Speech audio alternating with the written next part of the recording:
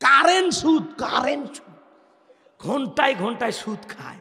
ওই আবার তসবিও ঠেলে, নামাজও পড়ে, তারা চুপচাপ বসে থাকে। চাচা মিয়া কেমনে দিল কাল যায়? কয় বাবা আমি একটু ওই যে পৌরসভার মধ্যে জায়গা ছিল তো, এই 1-1.5 কোটি টাকা বিক্রি করে এলাকার মানুষের সেবা করার জন্য দিছি, সপ্তাহে 1000-1250 টাকা দেয় আর কি, আমার মানুষের উপকার করি বাবা। কথা কর না কে? কারেন্ট সুদ, কারেন্ট সুদ, ঘন্টায় ঘন্টায় সুদ খায়। ওই আবার তসবিও ঠেলে, নামাজও পড়ে। কথা কয় না কে? আছে আপনাদের এলাকায়? আমাদের এলাকাতে আছে বা এলাকায় না, বগুড়া তো অবশ্য সুদ শুরু হয়নি না, এটা চিনেই না। আছে মানে হিসাব নিকাশ করে দেখলে আমার গায়ে বাঁধারছে আপনাদের এলাকায় সুদ বেশি। হ্যাঁ, এটি খনি আছে, নাম বলবো না, কষ্ট হচ্ছে আপনাদের মনে হয়। আল্লাহ আমাদের হেদায়েত দান করুন, জোরে বলুন আমিন। নাম বলাই লাগবে, মনে হয় জানেই না, রাগ করতেছেন মনে হয়। বাজান গো, কষ্ট মনের মধ্যে নেবেন না। এইবার জনগণ একটা করে দিরহাম দেওয়া শুরু করলো। আল্লাহর খেলা বোঝা বড় দায়। ওই সময় আল্লাহ রাব্বুল আলামিন একটা মহামারী দিল, নাম হলো ডায়রিয়া, কলেরা। আমাদের সময় একটা আল্লাহ মহামারী দিয়েছিল, নাম হলো ধরো না শুয়ো না, নাম হলো করোনা। করোনা রোগে আক্রান্ত হয়ে বাবা মারা গেছে, ছেলে বাবার লাশটাও দেখতে যায় নাই, বাবার কবরে এক মুঠো মাটিও দেয় নাই। কথা বলেন ঠিক কি না? এই করোনা মহামারী বুঝে দিয়েছে দুনিয়াতে কেউ কারো আপন না।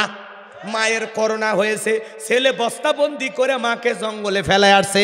ভাইয়ের করোনা হয়েছে, আর এক ভাই দেখতে যায় নাই। বোনের করোনা হয়েছে, আর এক বোন দেখতে যায় নাই। স্বামীর করোনা হয়েছে, স্ত্রী আলাদা রুমে থাকে, স্বামী আলাদা রুমে থাকে। কথা কেন? স্বামীর একটা খাবারের প্লেট সাজাইয়া লম্বা একটা বাঁশ দিয়া এরকম ঠেলা দিয়া স্বামীর ঘরের ভিতরে খাবারের প্লেট ঢোকায়া দিয়েছে, স্বামীর সামনেও যায়নি। এরপরে স্বামী যখন সুস্থ হয়েছে ডেকে বলে, জোসনার বাপ, আমি যে তোমারে কত ভালোবাসি তুমি তো জানো না। যখন তুমি করোনা রোগে আক্রান্ত ছিলা, আমি তাহাজ্জুদ পড়ে পড়ে দোয়া করছি, আল্লাহ গো আমার হায়াত নিয়ে হলেও আমার জোসনার বাপকে তুমি বাঁচাইয়া রাখো। ও স্বামী, তুমি সুস্থ হয়েছো, আমি যে কত ভালোবাসি, এই কথা বলে আর আঁচল দিয়ে মুখটা মুছে দেয়। আর স্বামী মনে মনে বলে, কত যে ভালোবাসিস আমার জানা আছে, আমার যখন করোনা হয়েছিল আমারে তখন তুই বাঁশ দিয়া খাওয়াইছিস। কথা কন ঠিক কিনা? এজন্য করোনা মহামারী বুঝে দিয়েছে দুনিয়াতে কেউ কারো আপন না। কথা কন। বাপ মরে গেছে, বাপের সম্পত্তি ভাল লাগছে, কিন্তু বাপের লাশটা দেখেও নি, মাটিও দেয়নি। কথা কন না কেন? আছে না মাঝে মাঝে দেখেন না, বাপের সম্পত্তি বাবা এখন মারা যাবে, ওই সময় টিপসই নেয়, নিয়ে দলিল করে ভাগে চলে যায়। আর বোনেরা আবার ওই যে কি করলো দেখলেন না, খুলনায় না কোন জেলা ওটা ভুলে গেলাম আমি, রাগ করতেছেন মনে হয়। 5 বোন আবার বলে, আমাদের বাপ মরার আগে এই যে এখানে কালি কেন, তার মানে ভাই কাম সারছে, অতএব বাপের লাশ দাপন হবি না। 2 দিন পর্যন্ত লাশ দুনিয়াতেই ছিল। কথা কন ঠিক কিনা? এরপরে প্রশাসনের লোকেরা একটা সমঝোতার মাধ্যমে লাশটা দাপন করছে। তার মানে বোঝা যায় সন্তান বাপ মারা গেলে তখনও সম্পদের লোভ করে। কথা কয় না কেন? বাজান গো, এই করোনা মহামারী বুঝে দিয়েছে দুনিয়াতে কেউ কারো আপন নয়। আপনি মনে করেন আপনি মারা গেলে আপনার পরিবার চলতে পারবেন না, দূর মিয়া, আপনি কোন জগতে থাকেন? আপনি মরে গেলেও ওরা আগের গতিতেই চলবে। আপনার জন্য দুনিয়ার কোনো কিছুই থেমে থাকবে। আপনি চলে যাবেন, আমি চলে যাব, আমাদের জন্য কিছুই থেমে থাকবে না। বাজান গো, চলেন লম্বা হবে, লম্বা করবো না।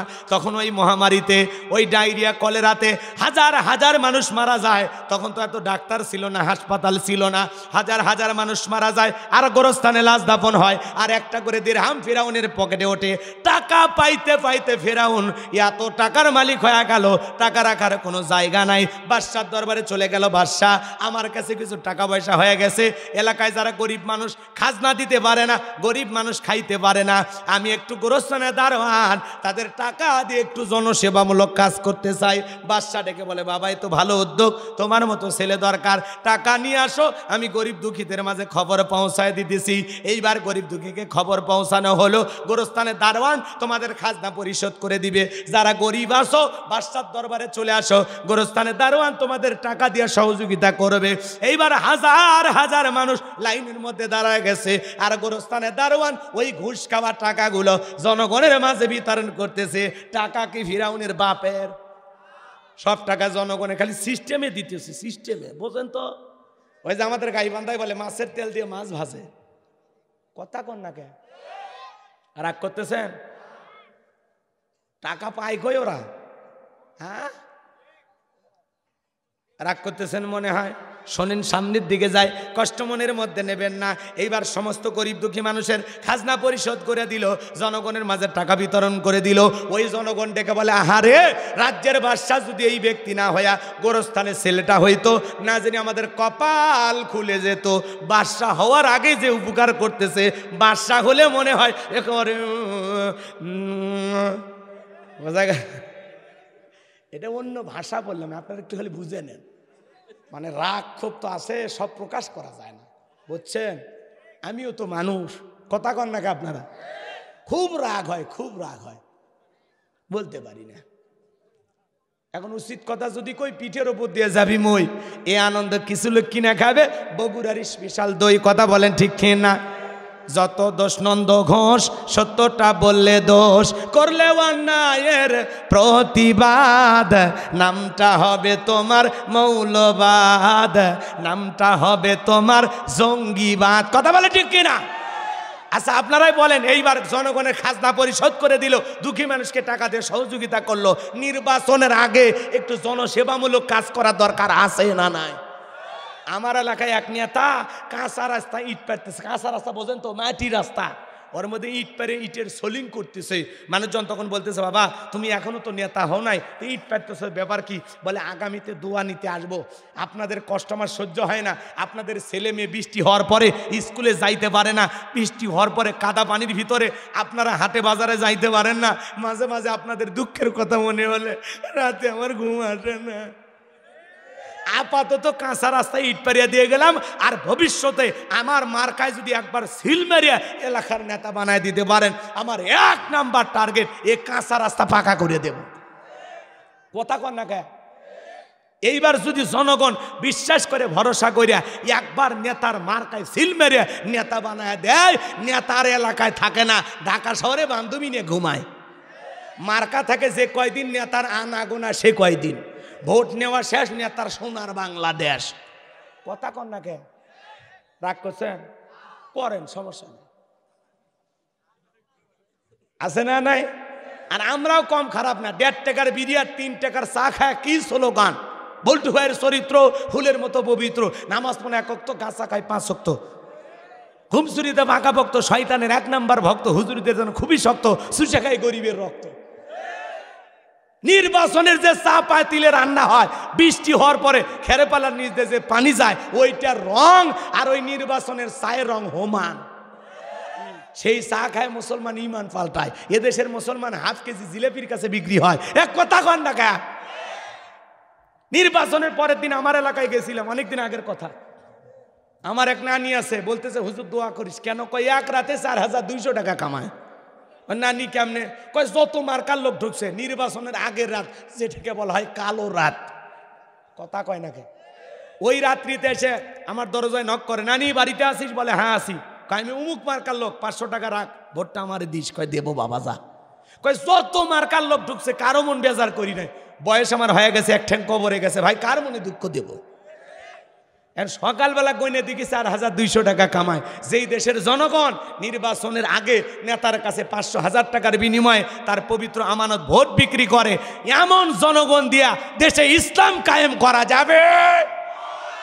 এক পাগল তেঁতুল গাছের নিচে হাত তুলে দোয়া করে, আল্লাহ এই তেঁতুল গাছে রাজশাহীর ফজলি আম দে, রংপুরের হাড়ি ভাঙ্গা দে, লম্বা লম্বা মিষ্টি মিষ্টি আম রূপালি দে।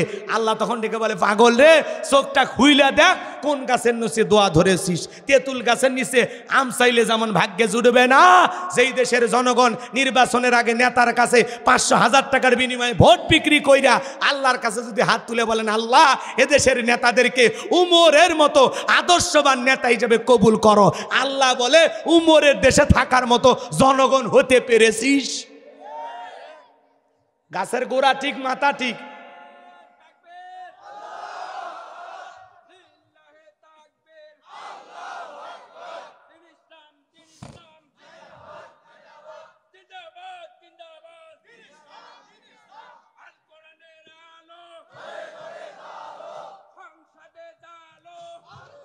আপনারা ভয় পাচ্ছেন, কষ্ট পাচ্ছেন? তাহলে জনগণকে 1 নাম্বার হওয়ার দরকার আছে না নাই? জনগণ 1 নাম্বার, দেশের নেতাও হবে 1 নাম্বার, জনগণ 2 নাম্বার, নেতা হবে 6 নাম্বার। কথা বলে ঠিক কিনা? নির্বাচনের আগে এক নেতার নির্বাচন করতে গিয়ে কয়েক কোটি টাকা খরচ হয়। যদি আমরা ভালো হইতাম টাকা খরচ হইতো? কথা কন না কে? যদি কোনো নেতা ভোট চাইতে আসে, ভাই আমাদের এই গ্রামে 1 টাকাও দেওয়া লাগবে না, আমরা আপনার কাছে চা চাই না, 10টা টাকা চাই না, আমরা সবাই আপনাকে সমর্থন দেব, আমাদের এই গ্রামের রাস্তাটা খারাপ, যে ডেলিভারি রোড। কথা কন না কে? কথা কন, বোঝেননি? আমাদের রাস্তাটা করে দেবেন। আমাদের মসজিদের কাজ চলতেছে, আল্লাহ যদি নেতা বানায় কিছু মসজিদে দিন। আমাদের গ্রামে পানি নামার কোনো ড্রেন নাই, একটা ড্রেনের ব্যবস্থা করে দেন। কথা বলে না কেন?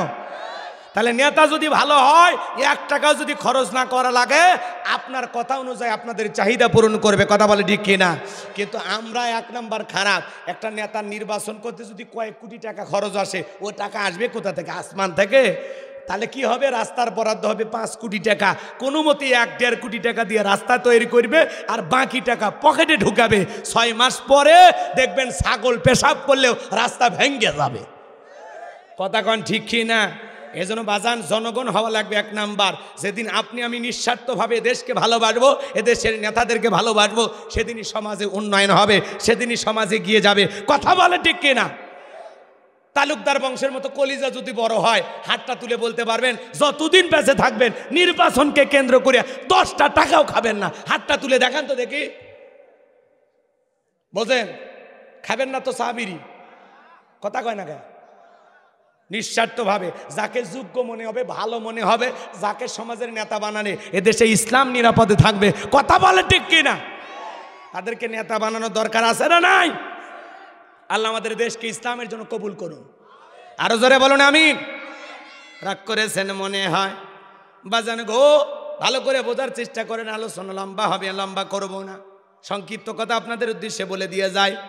আমার ভাইয়েরা, এইবার গুরুস্থানের দারোয়ান, ওই দেশের যিনি মন্ত্রী ছিল, মারা গেল, নির্বাচন শুরু হয়ে গেল। আগে তো জনগণের মন কাইরা নিছে, বোঝেননি? বোঝেননি?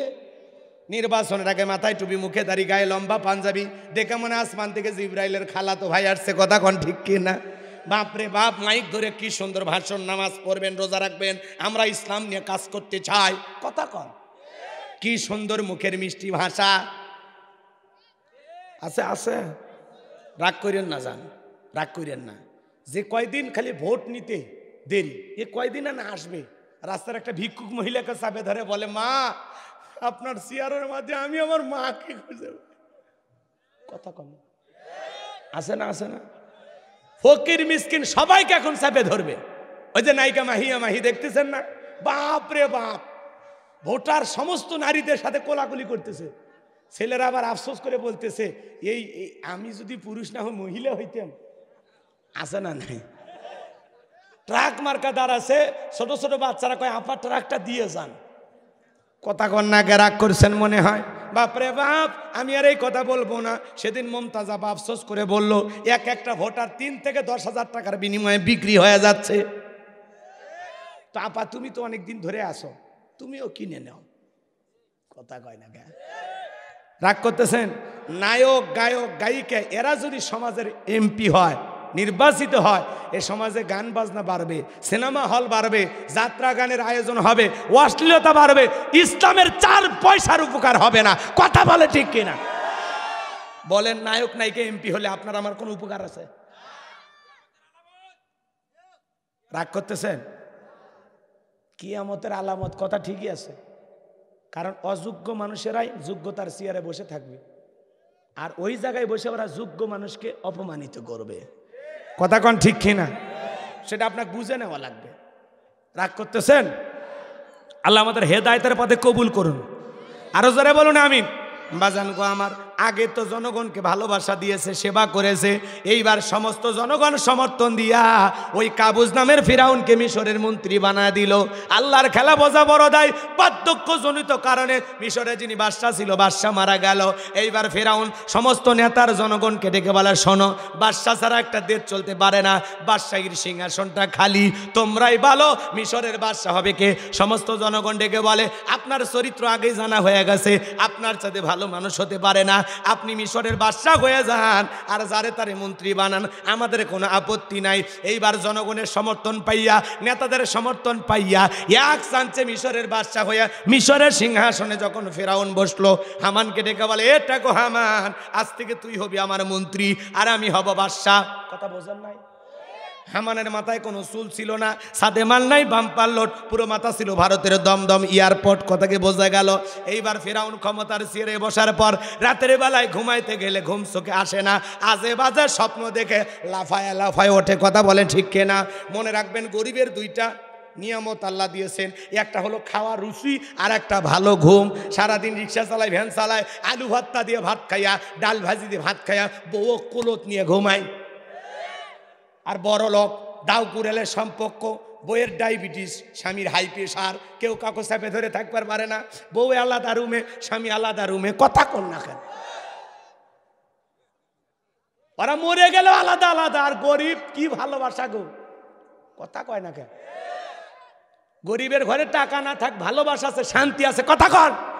আর ধনীর বাড়িতে টাকা আছে, সম্পদ আছে, দামি বিল্ডিং আছে, সুখ নাই। ছেলেটা মদ খায়, মেয়েটা ইয়াবা খায়, জামাই বাড়িতে ভাত হয় না, ছেলেটার বউ ভাত খায় না। আর এক একটা গরিবের বউ কয়টা হিসেব করা যাচ্ছে না। এখন তো খালি প্রতিযোগিতায় নামছে সব। কথা কয় না কেন? রাজশাহীর একজন কয় আমার 6টা বউ, 2টে চলে গেছে, 4টে ঠিক আছে। কয় ইসলাম এই জায়গায় ঠিক আছে। কুষ্টিয়ার আর একজন কয় রাজশাহী যখন 6টা করেছে, আমি নিয়ত করছি আমি 7টা করে দেখাবো। ইয়ার থাপ্পড় লাগার লাগবে, বদমাইশ। তো 7টা বিয়ে করবে কে কছে রে? এ কথা কন না কে? একসাথে একই সাথে 4টে স্ত্রী আপনি রাখতে পারবেন, জায়েজ। কিন্তু ওই একসাথে 7টা রাখছে, এটা জায়েজ না হারাম? 4টা পর্যন্ত বউ আর জায়েজ, পঞ্চম, ষষ্ঠ এবং সপ্তম যেগুলো আছে এগুলোকে তালাক দিতে হবে, আলাদা করে দিতে হবে। এগুলোর সাথে সম্পর্ক রাখলে সব অবৈধ হবে, হারাম হবে। এবং এদের পেট থেকে যদি কোনো সন্তান জন্ম নেয়, সেটা হবে জারো সন্তান। কারণ 4টের বেশি করা যাবে। তবে হ্যাঁ, 4টে বিয়ে করেছেন, 4 বই মরে গেছে, তাহলে করতে থাকেন, সমস্যা নাই। রাগ করছেন নাকি? তখন আপনি করতে পারবেন। কিন্তু একই সাথে একত্রে একই ছাদের নিচে 4 তালা হোক আর 2 তালা বাড়ি হোক, ওটা সমস্যা নাই। একই সাথে একজন মুসলিম যুবক 4টা বউ রাখতে পারবে, 4টার অতিরিক্ত রাখা যাবে না। কথা কয় না কেন? সূরা নিসার যেখানে আল্লাহ তাআলা বিয়ের কথা বলেছেন, প্রথমে আল্লাহ বলেছেন 2টা করো, এরপরে 3টা করো, এরপরে 4টা করো। আর যদি মনে করো ইনসাফ প্রতিষ্ঠিত করতে পারবা না, ন্যায় বিচার কায়েম করতে পারবা না, তোমার পক্ষে 4টা সামলানো সম্ভব না, দেহের শক্তিও নাই, অর্থের শক্তিও নাই, তাহলে বাদ দাও, তুমি একটা নিয়ে ভালো থাকো। কথা কয় না কে? রাগ করছেন? তাহলে এই যে রমিজ মিয়া, নেওয়ার নাম কি? ও বিয়ে করছে, ওই যে কুষ্টিয়ার, ওকে বলবো ভাই 4টে রাখে, বাকি 3টে। কথা কয় না কে? তালাক দিয়ে দাও, এটা তোমার জন্য ভালো। তাছাড়া যত দিন যাবে তত আমল নামায় গুনাহ হবে। এরা এখন বিয়ে করে ভাইরাল হবার চায়। হাই রে যুবক রে, আল্লাহ হেদায়েত দান করো। আরো জোরে বলো না আমিন।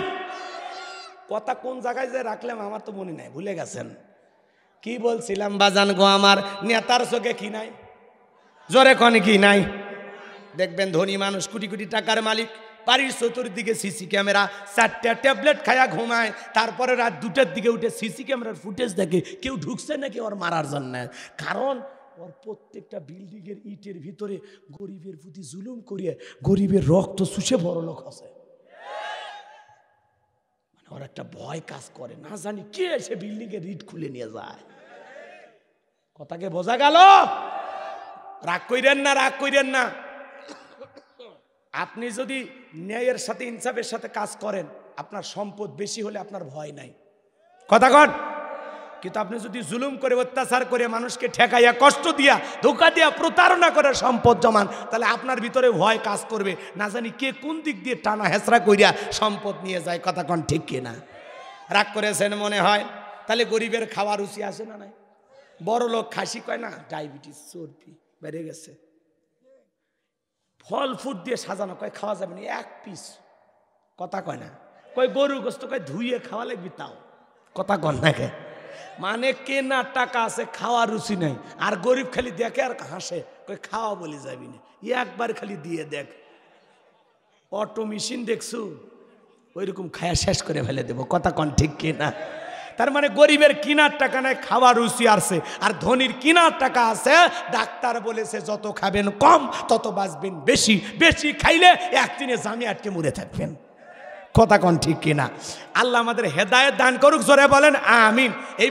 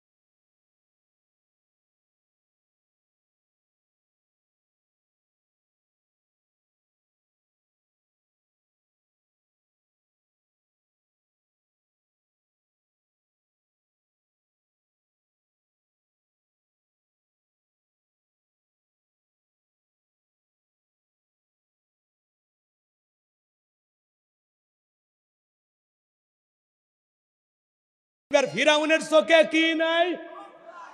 তার দরবারে জ্যোতিষী ছিল 400। এই 400 জ্যোতিষীর লিডারের নাম হলো দবিরা। বয়স হলো 320 বছর। দবিরাকে ডেকে বলে, দবিরা আমার ভাগ্য গবেষণা করে দেখ, কেন জানি রাতের বেলায় ঘুমাইতে পারি না। দবিরা ভাগ্য গবেষণা করে বলে, নেতা যদিও আপনি ছিলেন তরমুজের খেতে লেবার, সেখান থেকে গোরস্থানের দারোয়ান, এরপরে মিশরের মন্ত্রী, বর্তমান রানিং বা আঙ্গুল ফুলে কলার গাছ, কিন্তু আপনার ভবিষ্যৎ জীবন বড় অন্ধকার। আগামী 3 মাসের মধ্যে বনি ইসরায়েল সম্প্রদায়ের ভিতরে মুসা নামের একটা ছেলে জন্মগ্রহণ করবে। ওই মুসার কারণে রাজত্ব পাওয়ার ক্ষমতা থাকবে না। নেতারে এমনকি আপনার জীবন যাওয়ার সম্ভাবনাও দেখা যায়। এই কথা শোনার পর ফিরাউনের মাথা ঠান্ডা না গরম? খালি গরম। কাঠকর ফোরাইয়াছিলাম কই না, আসলাম কই না জানি ভবিষ্যতে আরো কত কিছু হয়। কথা বলেন ঠিক কিনা? যদি বলতো মুসা দেবে খানকা বানায়া বৈশা বৈশা জিকিরি করবে, নামাজ পড়বে, তাহলে কিন্তু ফিরাউনের মাথা গরম হইতো না। ফিরাউন চাইলে সরকারি খরচে তখন খানকা বানায়া দিতে। কথা বলেন ঠিক কিনা? আজও তাকায় দেখবেন যারা খানকানে বসে বসে জিকিরি করে, লাফালাফি করে, কই পানির ভিতরে চললে বাতি ঝড় বাতাসেও নেবে না, ল্যাংটা বাবার মুরিদ হইলে নামাজ রোজা লাগে না। আছে না নাই ভণ্ড? যে পীর সাহেব বলবে নামাজ রোজা লাগে না, ওইটা পীর না টাটকা শয়তান। কয় সিজদার মতো একটা সিজদা দিবি, জান্নাত পার হয়ে জাহান্নামে পড়ে যাবি। কত বড় ভণ্ড! ভালো করে বুঝবেন বাজান গো আমার, ভালো করে বুঝবেন। যে কথা বলতে চাচ্ছিলাম, পীর আগে ছিল শাহজালাল, শাহ পরান, শাহ মাকদুম, বাইজিদ বোস্তামি, আব্দুল কাদের জিলানি, রংপুরের কেরামতুল্লাহ, বগুড়ার শাহ সুলতান, রাজশাহীর শাহ মাকদুম, বাগেরহাটের খান জাহান আলী। আল্লাহওয়ালাদের কারণে এদেশে ইসলামের প্রচার প্রসার হয়েছে, এটা সত্য কথা। পীর ছিল শাহজালাল, খানকায় পীর, রাজপথে বীর, নারায়ে তাকবীর হুঙ্কার দিয়েছে, গৌর গোবিন্দ ধুতি খুলে পালাছে। আর এখনকার পীর ডিজিটাল ক্ষীর, মাথার চুলে জট, হাতে গাঞ্জার পট, এমন কায়দায় গাঁজার কলকিতে টান মেরে ধুয়ে ছেড়ে দেয়। রাস্তা থেকে প্রশাসনের লোকেরা দাঁড়িয়ে বলে মনে হয় ওরসের রান্না চলতেছে। কথা কন। গাঁজা খায় মোজদারি লাল বানাচ্ছে, টর্চ লাইট মেরে মুখ কোথাও খুঁজে পাওয়া যায় না, বগলে চুলতে বেরিবার হয়েছে। সুন্দরবনে অবস্থা, বান্দরবনে কি অবস্থা? 30 বছরে গোসল করে না, নাম দিয়েছে সাধু বাবা। 30 বছর পর গোসল করে, ওই পানি জমিনে পড়ার আগেই বরকতের আশায় মুরুদিরা খায়। সি সি, একটা রুচির ব্যাপার। এত বছর গোসল করেনি, ওর শরীরের যে গন্ধ হবে। অকুনু মাস সাদিকিন, আল্লাহ বলে তোমরা সত্যবাদীদের সঙ্গী হও। যে পীরের পা থেকে মাথা পর্যন্ত নবীর সুন্নাত দিয়ে ঢাকা, যার চেহারার দিকে তাকাইলে আল্লাহর কথা স্মরণ হয়, এমন হক্কানি আল্লাহওয়ালা যেখানে, আমরা আছি সেখানে। কথা বলেন না কেন? কোন ভণ্ড পীরের কাছে যাওয়া যাবে? ঠিক আছে। ছাগল মান্নত করে বাবার দরবারে, গরু নিয়ে ট্রাক ভাড়া করে মাইক বাজাতে যায়, মাইক বাজায় যায়। আছে না নাই? কি গান কয়? চাঁদ উঠেছে আটের আছে না নাই? চাঁদ আর খুঁজে পাওয়া যাচ্ছে না, গরু ছাগল ওই জায়গায় দৌড়াতে যায়। গরু ওই জায়গায় না দিয়া, এলাকা একটা গরিব মেয়ের বিয়ে হয় না, ওর বাড়িতে জবাই করে মেহমানদারি করায় দেন, আল্লাহর আরশ খুশি হবে। এই যে মাদ্রাসা আছে, একটা ছাগল কিনে মাদ্রাসার বাচ্চাদেরকে দিয়ে দেন, ওরা খাইয়া আপনার দেয়া এই ছাগলটা জবাই করে খাইয়া শক্তি নিয়া ওই জবান দিয়ে আল্লাহর কোরআন তেলাওয়াত করবে, আরশের মালিক আল্লাহ খুশি হবে। দিলে মাদ্রাসায় দেন, দিলে দুঃখী মানুষকে দেন। যে পীর সাহেব মারা গেছে, ওরে টাকা ছাগল দিয়ে কি করবেন? মরা মানুষের কোনো কিছু দরকার হয় না, জেতা মানুষের দরকার। টাকা কার দরকার? কথা কয় না। হাই রে ভাই, কিশোরগঞ্জের পাগলা মসজিদ খোলে আর টাকার বান্ডিল, টাকার বস্তা, কোটি কোটি টাকা। কথা কয় না। এতই টাকা, খালি সোনা দানা টাকা, বিদেশি ডলার। আর ভাই 100 কেন জমি কিনে দেন মাদ্রাসা? কয় না হুজুর, খুব অভাবে আছে। আর পাগলা পীরের পাগলা মসজিদে যায় টাকা বের করে। ওদের একবার দান বক্সে যে টাকা, সেগুলো যদি একবার এই মাদ্রাসা দেয়, জীবনে আর কালেকশনই করা লাগবে না। কি কন ভাই, রাগ করছেন? কোটি কোটি টাকা, 3-4 মাস পর খুললে 20 কোটি 30 কোটি টাকা, খালি টাকা টাকা। মানুষ মাজারে টাকা দেয়, মসজিদে দেয় না, কপাল পরা। হুজুর টাকা চাইলে মাদ্রাসার জন্য কালেকশন সব চাইতে ছোট নোট, অসুস্থ টাকা, চিড়িয়ে গেছে, চলে না, ধাক্কা মারলেও টাকা সোজা হয় না, সেই টাকা হুজুরের হাতে দেয়। আর মাজারে গেলে সবচাইতে নতুন টাকা, বাপরে বাপ, পুরাতন টাকা দেওয়া যাবে না, আব্বা বেজার হয়ে যাবে। ওই মাজারের পীর সাহেবকে খুশি করার জন্য নতুন টাকা দেয়। আমি এক পাগলির মাজারে গেছিলাম, যা দেখি মশুরি টাকা না। আমি কেন কয়, হুজুর মাজারে যিনি শুতে আছে, ও মানে শুয়ে আছে, ওনা কই মশা ধরবে। মাজারে কবরে একজন শুয়ে আছে, তারে মশা ধরবে, এজন্য মশুরি টাঙানো। চিন্তা করেন তাহলে কি ও কাম করে গেছে, মরার পরে মশা ছাড়িচ্ছে না। আল্লাহ আমাদের হেদায়েত দান করুক। আস্তে কোন আমিন। শোনেন, এত জোরে কয়ে কিলাম, আস্তে বল আমিন। আরো জোরে খান। কষ্ট পাচ্ছেন? পান আপত্তি না। শোনান, আজকেও যারা খানকা নিয়ে বসে আছে ওদেরকে কেউ টার্গেট করে না। যারা আল্লাহর জমিনে আল্লাহর আইনকে চালু করতে চায়, কোরআনের সমাজ কায়েম করতে চায়, হক কথা বলে, ওদেরকে টার্গেট করে ভিতরে ঢুকানো হয়। খানকা নিয়ে যারা বসে আছে ওদেরকে কেউ টার্গেট করে না। কথা বোঝা গেল? যারা আল্লাহর জমিনে আল্লাহর দ্বীনকে প্রতিষ্ঠিত করতে চায়, কোরআনকে বিজয় করতে চায়, কোরআনের সমাজ কায়েম করতে চায়, তাদেরকে টার্গেট করা হয়। কিন্তু টার্গেট করে কোনো লাভ নাই, হকের আওয়াজ বন্ধ করতে পারবেন না। যারা বন্ধ করতে আসবে ওরা নিজেরাই বন্ধ হয়ে যাবে। কথা বলে ঠিক কিনা? আল্লাহ হেদায়েত দান করুন, জোরে বলুন আমিন। এইবার বাজান গো আমার, ফেরাউন ডেকে বলে হামান এই দিকে আয়। দবিরা কি বলছে? আগামী 3 মাসের মধ্যে মুসা নামের একটা ছেলে জন্মগ্রহণ করবে, ওর কারণে রাজত্ব পাওয়ার ক্ষমতা থাকবে না, এটা তো মেনে নেওয়া যায় না। দবিরা বলেন এত টেনশন নাই, মাইট ইজ রাইট, জোরজার মূল্য তার পাওয়ার রাজত্ব ক্ষমতা আমাদের হাতে, আমরা যা বলবো মিশরের জমিনে তাই হবে। বলে কি করতে চাস? হামান ডেকে বলে নেতা, যত ছেলে সন্তান জন্মগ্রহণ করবে সবাইকে জবাই করে করে দুনিয়ার বুক থেকে বিদায় করে দেব, তাহলে মুসার আগমন ঘটবে না, আপনার শত্রুরও জন্ম হবে না।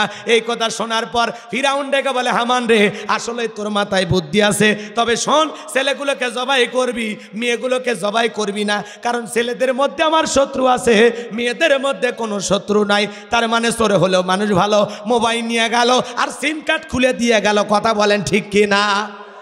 এবার সন্তান জবাই করা শুরু হয়ে গেল। ছেলে সন্তান পাইলেই, খবর পাইলে কি করে? জবাই করে, জবাই করে। এরকম জবাই করতে করতে মুসা মাত্র কয়জন? আরো জোরে কর। মুসা মাত্র একজন, আর জালেমেরা জবাই করে হাজার হাজার। কথা বলেন ঠিক কিনা? এজন্য জালেমদের কাছে অপরাধ করে একজন, আর জালেমেরা সেই অপরাধের শাস্তি হাজার জনের ওপরে চাপায় দেয়। কথা বলেন ঠিক কিনা? এবার সন্তান জবাই করা শেষ হয়ে গেল। 3 মাস অতিবাহিত হয়ে যাওয়ার পর দবিরাকে ডেকে বলে, দবিরা এতগুলো ছেলে জবাই করলাম, দেখ দেখ আমার পথের কাটা মুসা মরল না বাঁচলো। এইবার দবিরা গবেষণা করে বলে, নেতা, যদিও বনি ইসরায়েল মায়ের বুক খালি কইরা হাজার হাজার নিষ্পাপ সন্তানদেরকে জবাই করে দুনিয়ার বুক থেকে বিদায় করে দিয়েছেন, কিন্তু আপনার পথের কাটা মুসা এখনো মরে নাই, মরে নাই, মায়ের কোলে জীবিত আছে, সুস্থ আছে, কিন্তু কোথায় আছে, কোন বাড়িতে আছে সেই খবর আমাদের জানা নাই। বলেন আল্লাহু আকবার। ওয়া মাকারু ওয়া মাকারাল্লাহ ওয়াল্লাহু খায়রুল মাকিরিন। খেলা কার? আল্লাহ চাই মুসারে বাঁচাইতে, আর ফিরাউন চাই মারতে। ওর 14 গোষ্ঠী এক জায়গায় হয়ে মারতে পারবে। শোনেন, ঘটনা যেহেতু শুরু করছি, ফিরাউনক চুবে মেরে বাড়ি যাওয়া লাগবে। ওক জিন্দে রেখে গেলে ঘুম হবি না। ওয়াদা দিয়েছেন একটা নেই, একটার মধ্যে শেষ করে দিচ্ছি, খালি দ্রুত গতিতে যাচ্ছি। কষ্ট হচ্ছে নাকি? আর মাঝে মাঝে এদিক সেদিক কৃষক যায়, বোঝেন না, বাস্তবতা না বলে ওয়াজের মজা বুঝবেন না। এই জন্য এদিক ওদিক যা একটু হালকা করে গুতা মারি, কিচ্ছু মনে করেন না। কথা কয় না কে? ঘুমাইছেন? তাহলে ফেরাউনক সাইজ করে যাবেন না? কারা কারা একটু হাত তোলেন তো। ঘুমাইছেন? একটা তাকবীর দেন তো, 60 তাকবীর দেন। এই একটা যুবক দাঁড়ায়, তাকবীর দাও তো, দাঁড়া।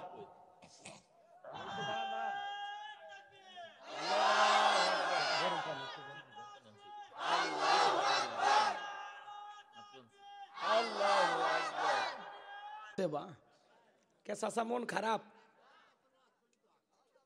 যে? ও এর মধ্যে খানি ক হইতো, এ চাচা আবার সেই চালু। বাপ রে বাপ, চাষি যে কেমনে টিকে আছে, আল্লাহ কবুল করে। জোরে খানা আমি। কষ্ট হচ্ছে আপনাদের না? চাচার বুদ্ধি আছে যে বাবা তাকবীর দিতে দিতে সময় যাবি, তুমি তাড়াতাড়ি ওয়াজ করো, ঠিক আছে চাচা, আর তাকবীর দেবো না, যান। আমার বাবাজিরা মন খারাপ করবেন না, কষ্ট মনের মধ্যে নেবেন না। এইবার ফিরাউন ডেকে বলে চতুর্দিকে ছড়ায় পড়ো, যাও সেনাবাহিনীর দল, যে জায়গায় মুসারে পাইবা ধরবে আর জবাই করবা একবার। এইবার বাজান গো আমার, চতুর্দিকে সেনাবাহিনীর দল ছুটে পড়লো। একদল সেনাবাহিনী মুসা নবীর বাড়ির দিকে রওনা করেছে। মুসা নবীর বড় বোন, নাম তার মারিয়ম, ডেকে বলে মা, ওই যে ফিরাউনের সেনাবাহিনী দেখা যায় মা, আর বুঝি ভাইকে বাঁচানো গেল না, ভাইকে তুমি কই লুকিয়ে রাখবা। এইবার বাজান গো আমার, মুসা নবীর মা সন্তানকে নিয়ে এদিক সেদিক দৌড়ায়। কে যেন গাইবি আওয়াজ দিয়া এলহামের মাধ্যমে বলে মুসার মা, তোমার সন্তানটাকে চুলার ভিতরে ফেলে দাও, কথা দিলাম গো তোমার ছেলেকে আবার তোমার কোলেই ফেরাইয়া দেব। মুসা নবীর মা তাই করলেন, চুলার ভিতরে সন্তানটাকে ফেলে দিলেন। এইবার ফিরাউনের সেনাবাহিনী পুরো বাড়ি সার্চ করলেন, তল্লাশি চালাইলেন, খুঁজা খুঁজা দেখলেন কোথাও কোনো সন্তান পাওয়া গেল না। এইবার বাজান গো আমার, সেনাবাহিনীর দল যখন চলে গেল, মুসা নবীর মা চুলার ভিতরে তাকায় দেখে মুসা নবী চুলার ভিতরে পড়ে মুস্কি মুস্কি হাসে। সন্তানকে কোলের মধ্যে নিলেন। কে যেন আবারও ডেকে বলে মুসার মা, আর কতদিন জালেমদের ভয় লুকিয়ে রাখবা, সিন্ধুক একটা বানাইয়া দরিয়ার বুকে ভাসায়া দাও, কথা দিলাম গো তোমার ছেলেকে আবার তোমার কোলেই ফেরায়া দেব। বলেন আল্লাহু আকবার। এবার মুসা নবীর মা টেনশনে পড়ে গেলেন, সিন্ধুক পাবেন কোথায়। কে যেন ডেকে বলে সকালবেলা মিস্ত্রি লাগবে মা, আমি একজন মিস্ত্রি। মুসা নবীর মা ডেকে বলে মিস্ত্রি এইদিকে আসো, তুমি কি বানাইতে পারো। মিস্ত্রি ডেকে বলে মা, আপনি যদি মনে করেন এমন একটা সিন্ধুক আপনার দরকার, যেই সিন্ধুকের ভিতরে আপনার সন্তানকে তুলে দরিয়ার বুকে ভাসায়া দিবেন, কথা দিলাম মা গো, এমন সিন্ধুকও আমি বানায়া দিতে পারি। মুসা নবীর মা এইবার ডেকে বলে মিস্ত্রি, তুমি তোমার মনের কথা বলেছো, এইরকম একটা সিন্ধুকও তো আমি খুঁজতেছি। বলেন আল্লাহু আকবার। এইবার বাজান গো আমার, মিস্ত্রি ডেকে বলে মা, ভিতর থেকে একটু পানি নিয়ে আসেন, আমার পানি লাগতে পারে, আবার না হলেও চলবে। মুসা নবীর মা এইবার ভিতর থেকে পানি নিয়ে আসে, দেখে মিস্ত্রি সুন্দর একটা সিন্ধুক বানায়া দাঁড়িয়ে আছে। বলেন আল্লাহু আকবার। এবার সিন্ধুকটা হাতের মধ্যে দিয়ে মিস্ত্রি দৌড়ায়। মুসা নবীর মা ডেকে বলে মিস্ত্রি, লোহার পয়সা কি নিবা না, কাঠের পয়সা কি নিবা না, তোমার পারিশ্রমিকের দামটা কি নেবা না। মিস্ত্রি ডেকে বলে মা, যারা বিপদে পড়ে আমি তাদের উপকার করি, বিনিময়ে টাকা পয়সা গ্রহণ করি না। আল্লাহু আকবার। এইবার মুসা নবীর মা ডেকে বলে মিস্ত্রি, এই বিপদের দিনে এত বড় উপকার করলাম, লোহার পয়সাও নিলা না, কাঠের পয়সাও নিলা না, তোমার পারিশ্রমিকের দামটাও নিলা না, অন্তত তোমার নামটা বলা যাও, মাঝে মাঝে তোমার কথা যদি মনে হয় আল্লাহর কাছে তোমার জন্য দোয়া করব। মিস্ত্রি ডেকে বলে মা, আমি দুনিয়ার সাধারণ কোনো মিস্ত্রি না, আমি আল্লাহর ফেরেশতা, আমার নাম হলো জিবরাইল। এবার সিন্ধুকের ভিতরে মুসা নবীকে তুলে দরিয়ার বুকে ভাসায়া দিলেন। আর মেয়ে মারিয়মকে বলে মা, সিন্ধুক ভাসতে ভাসতে কই যায় খবর নিয়ে আসবি। এইবার সিন্ধুক ভাসতে ভাসতে চলে গেল ফিরাউনের ঘাটে। ওই দিন বিকেল বেলা ফিরাউন তার প্রিয়তমা স্ত্রী আসিয়াকে নিয়ে আসছে সমুদ্রে হাওয়া খাইতে। বলেন আল্লাহু আকবার। ফিরাউন কাফির হলেও মাঝে মাঝে বউকে নিয়ে বিনোদন করতো। মারহাবা কর। মাঝে মাঝে বউকে নিয়ে বিনোদন করা ভালো, হালাল বিনোদন। বউকে নিয়ে মাঝে মাঝে কক্সবাজার চলে যাবেন, চিড়িয়াখানায় চলে যাবেন, পিকনিক স্পটগুলোতে যাবেন, বোঝে না। মাঝে মাঝে বউকে ঘুরে তার মনটা ফ্রেশ রাখার দরকার আছে না নাই। আপনার বউকে নিয়ে কক্সবাজার চলে যাবেন, আমি কি বলছি বোরকা ছাড়া যান, কথা কয় না, ফরজ পর্দা মেনে হাত মুজে পা মুজে লাগাইয়া ঢিলা ঢালা বোরকা পরাইয়া আপনি সমুদ্রে যায় বলেন বিবি তাকায়া দেখো আল্লাহর সৃষ্টি কত সুন্দর, কথা কয় না। আল্লাহর সৃষ্টি কত সুন্দর, এগুলো দেখেন, কোনো সমস্যা নাই। কিন্তু আপনি যদি বউ নিয়ে যায় সমুদ্রের পানিতে নেমে হাফ প্যান্ট পরে গোসল করেন, তাহলে গুনাহ হবে, কথা কয় না। বইয়ের মন খুশি রাখার জন্য মাঝে মাঝে বিনোদন করবেন, আল্লাহ বোঝার তৌফিক দান করুক, জোরে বলেন আমিন। হ্যাঁ, বইয়ের ওপর যারা বেজার তারা উঠে যাবি এখন, ধর বউকলে ঘুর বের করছে, ওই মরে গেলে আমি বেশি আছে না ভাই। বউ মরণের দোয়া করি না, যেটা কপালে জুটছে এরপরে আর একটা যে বিয়ে করবেন অথবা আর একটা মেয়ে আসবে সেটা তার চাইতেও খারাপ হতে পারে, কথা কন না কা। আল্লাহ তকদিরে যেটা জুটাইছে ওইটা নিয়ে আলহামদুলিল্লাহ কন, কথাকে বোঝা গেল। আমার ভাইয়েরা লম্বা হবে, লম্বা করব না। যে কথা বলতে চাচ্ছিলাম বাজান গো আমার, মাঝে মাঝে বইয়ের মন খুশি রাখার জন্য এখানে সেখানে ঘুরতে নিয়ে যাবেন। সুযোগ পাইলে মোবাইল যখন কথা বলবেন অন্তত দিনের মধ্যে কয়েকবার বউকে বলবেন আই লাভ ইউ সোনা বউ। আরে বউ আই লাভ ইউ বলবেন, পাশের বাড়ি ভাবিকে বললে জুতা মারবে। বোঝে না, বোঝে না। বইয়ের মন খুশি রাখার জন্য একটু রোমান্টিকতা করা লাগবে, একটু রসিকতা করা লাগবে। কথা বোঝেন নাকি সব শিখান লাগবে? শেষে বলতেছি, যদি সুযোগ হয় মহিলাদের ওয়াজ করার দরকার আছে না? যদি সময় হয় পরে বলতেছি, আগে ঘটনাটা শেষ করি। কষ্ট হচ্ছে আপনাদের? আমার ভাইয়েরা, এইবার ফিরাউনের সেনাবাহিনী সিন্দুকটা তুইলা নেতার সামনে নিয়ে গেছে। ফিরাউন ডেকে বলে সিন্দুকটা খোলো তো দেখি। এইবার সিন্দুকটা যখন খোলা হলো, সবাই তাকায় দেখে আকাশের পূর্ণিমার চাঁদ সিন্দুকের ভিতরে ধরা দিয়েছে। এইবার ফিরাউন ডেকে বলে তরবারি আন, সবাই কর। এইটাই মুসিয়া আসিয়া বলে থামো, খালি মারা শিখছো, এতগুলো মারলা তাও কি শান্তি পাইলা না? স্বামী গো, এই ছেলেটাকে মারার আগে তোমার কাছে আমার একটা অনুরোধ, তাকায় দেখো স্বামী, এমন সিন্দুকের কাঠ কি তোমার দেশে আছে? ফিরাউন এইবার কাঠটা নাইরা সারা বলে বিবি রে, এমন কাঠ তোমার বাপ দাদা 14 গোষ্ঠীও কেউ কোনোদিন দেখে নাই। আসিয়া বলে স্বামী, এটা ভিনদেশী কারো সন্তান, বাঁচতে বাঁচতে আমাদের দেশে আসছে, এই ছেলেটাকে পালক পুত্র হিসেবে লালন পালন করতে চাই। ফিরাউন ডেকে বলে এতগুলো মারলাম, মুসা খুঁজে পাইলাম না, আর বউ একটা ছেলেকে পালতে চাই, যাক আর মারবো না। বইয়ের কথাটা রাখা দরকার। অনেক কঠিন স্বামীও মাঝে মাঝে বইয়ের কাছে দুর্বল হয়ে যায়। কথা বলেন ঠিক কিনা? আসিয়া বলে ছেলেটাকে পালবো। ফিরাউন বলে ঠিক আছে, রাজি হইলাম। এইবার বাজান গো আমার, কথা আছে যেখানে বাঘের ভয় সেখানে রাত হয়। যারে খুঁজতেছো মারার জন্য আল্লাহ তোমারে দায়িত্ব দিল তারে লালন পালন করার জন্য। বলেন আল্লাহু আকবার। এবার আসিয়া বলে শোনো, ছেলে তো দিলা বুঝলাম, কিন্তু রাজ্যের ভিতরে ঢোল পিটায় খবর পৌঁছায় দেন ফিরাউনের ছেলে সন্তান যে মাসে মাসে দুধ পান করাবে, মাসে মাসে তাকে বেতন দেওয়া হবে। যে মহিলা দুধ পান করাবে তাকে মাসে মাসে বেতন দেওয়া হবে। হাজার হাজার মহিলারা লাইন দিয়েছে, স্তন কুলে মুখ লাগায় দেয়। নবী মুসা আলাইহিস সালাম কোনো মহিলার স্তনে দুধ পান করে না। বলেন আল্লাহু আকবার। এইবার বাজান গো আমার, যে কথা বলতে চাচ্ছিলাম ভালো করে গভীর মনোযোগ দিয়ে শুনবেন। সমস্ত মহিলারা ব্যর্থ হয়ে চলে গেল। এইবার রানী আসিয়া টেনশনে পড়ে গেছেন। মুসা নবীর বড় বোন নাম হলো মারিয়ম, ডেকে বলে ও রানী আসিয়া, এমন একটা ধাত্রীর খবর আমার কাছে আছে, আমার বিশ্বাস এই সন্তানটা দুধ পান করবে, তাই নাকি? বলে হ্যাঁ। এইবার 2 জন লোক পাঠাইয়া দেওয়া হলো। মুসা নবীর মাকে ফিরাউনের দরবারে নিয়ে আসা হলো। সন্তানকে কোলের মধ্যে নিয়ে মুসা নবীর মা যখন স্তনগুলো মুখ লাগায় দিয়েছেন, নবী মুসা আলাইহিস সালাম মায়ের স্তনে দুধ খাওয়া শুরু করেছেন। বলেন সুবহানাল্লাহ। আসিয়া বলে আপনার বেতন ডাবল, থাকার কোয়ার্টারে ফ্রি। মুসা আলাইহিস সালামের মা ডেকে বলেন সন্তানকে যদি দুধ পান করাতে চান আপনার বাড়িতে নয়, ছেলে থাকবে আমার বাড়িতে। আল্লাহু আকবার। আসিয়া বলে আমি তাতেই রাজি, মাঝে মাঝে সন্তান একটু দেখাইয়া নিয়ে যাবেন। এইবার মুসা নবীর মা, পৃথিবীর প্রথম মা, যে মা তার আপন সন্তানকে দুধ পান করানোর বিনিময়ে মাসে মাসে বেতন পেয়েছিল। বলেন আল্লাহু আকবার। ভালো করে বোঝেন। মুসা নবী এইবার চলাফেরা বয়সে উপনীত হয়ে গেল। আসিয়া একদিন ফিরাউনের কোলে দিতেছে, ধরো সন্তানটাকে কোলে নাও। মানুষ দেখলে মনে করবে ছেলে তোমার না। মাঝে মাঝে দেখবেন মা বোনেরা বিরক্ত হয়ে গেলে বলে একটু সামলাও, বাপু যেমন খারাপ তেমনি একটা হয়েছে, বাপরে বাপ জ্বালায়া মারলো। কথা কয় না? মা বোনে যখন রাগ করে সন্তান কোলে দেয়, দেয় না? পেঁপু ভ্যাপু তোলে আর ছাড়ে না, ধরো একটু কোলে নাও। কথা কন।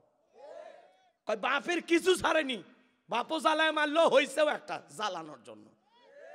সন্তান ভালো হলে কয় মা যে ভালো, আর খারাপ হলে কয় সব গুণ বাপের পাইছে। কথা কয় না কে? খারাপ হলে সব দোষ বাপের, আর ভালো হলে সব গুণ মায়ের। কথা কন, কথা কন। আছে না নাই? আপনাদের বইয়ের ওপর এরকম না, আপনাদের বউগুলো ভালো, সব জান্নাত থেকে পালিয়ে আসছে। তো রাগ করছেন, করেন, সমস্যা নেই। আমার ভাইয়েরা যে কথা বলতে চাচ্ছিলাম শোনেন। এইবার মুসা নবীর সুন্দর চেহারা দেইখা ফিরাউনের মনের ভিতরে জাগ্রত হয়েছে একটু চুমা খাবো।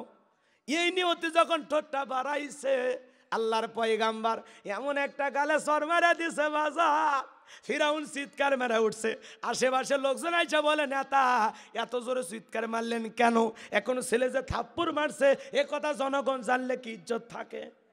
তখন বলে আমার বাড়ি আমি চুল্লেছি, আমি তোদের রাখছি, এ তোদের ডাকছি, যা চোখের সামনে থেকে সরে যা। এইবার ওদেরকে তাড়ায় দেওয়ার পর আসিয়াকে ডেকে বলে, আসিয়া আয় আয়, এর চোখে মুখে যে আগুন দেখছি রে আসিয়া, এ মুসা সারা কেউ না, তরবারি দে সবাই করি। আসিয়া বলে, কি হয়েছে সারের মতো চিল্লাও কা? কই চিল্লাবো না, এই ছেলে আমার গালে থাপ্পড় মারছে। আসিয়া বলে, ঢং করা জায়গা পাও না, এই ছোট মানুষ কোনোদিন তোমারে থাপ্পড় মারতে পারে? ফিরাউন ডেকে বলে, বিবি রে কেমনে তুরে বুঝাবো, গাল তো তোর ছিল না, গাল ছিল আমার, মজা কি আমি টের পাইছি, আর থাপ্পড়ে ওজন বুঝে দেয় এই ভবিষ্যতে মুসা হবে।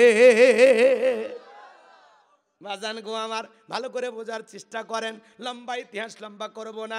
এইবার মুসা নবীর বয়স হয়ে গেল 25 বছর। কয় বছর? টকবগে যুবক। তাকায় দেখেন কিপ্তি আর বনি ইসরাইলের মধ্যে লাগছে ঝগড়া। মুসা আলাইহিস সালাম যা বলে, এ কিপ্তি ফিরাউনের লোক, সব জায়গায় নিয়ে তার গরম দেখাস, আমাকে চিনিস? কথা কয় না, আছে না কিছু লোক আমাকে চিনিস, আমি উমুক নেতার আপন খালাতো বোন, তার ছোট মেয়ে বিয়ে করেছি, কি হাইব্রিড পরিচয়, এত গরম দেখাবেন না। আল্লাহ যদি 3 বের বমি দেয় আর পিছনের দরজা একবার ঢিল করে দেয়, শহীদ যে মেডিকেল কলেজ হাসপাতালে ভর্তি হয়ে থাকা লাগবে। সকালবেলা স্ত্রী দেখতে গেছে, সেলিমের বাপ তোমার শরীরের অবস্থা এখন কেমন? কয় মা তুমি দোয়া করো। বড় ছেলে দুপুরবেলা দেখতে গেছে, আব্বা তোমার শরীরের কি অবস্থা? কয় ভাই তোমাকে চিনতে পারলাম না। কথা কন না কে?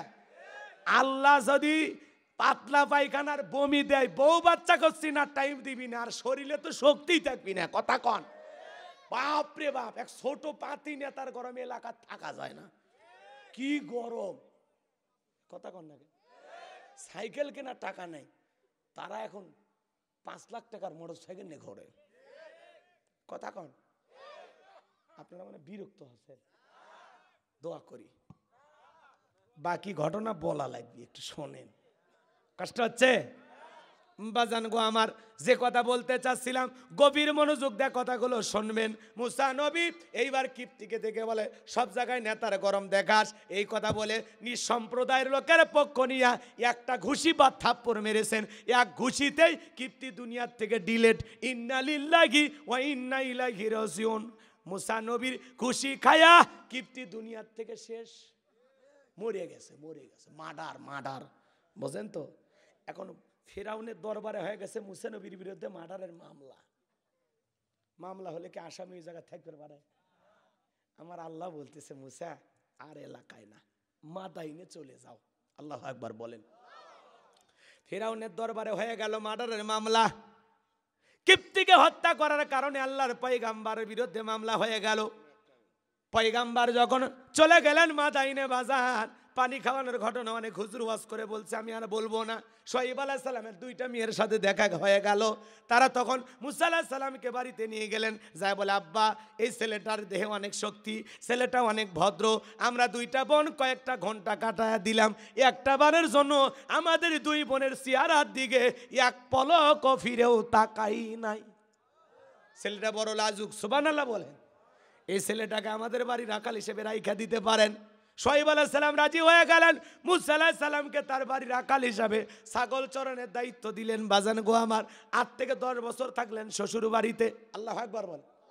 শোয়েব আলাইহিস সালাম তার বড় মেয়ে সফুরাকে দিয়ে পয়গাম্বরের সাথে বিবাহের ব্যবস্থা করে দিয়েছিলেন।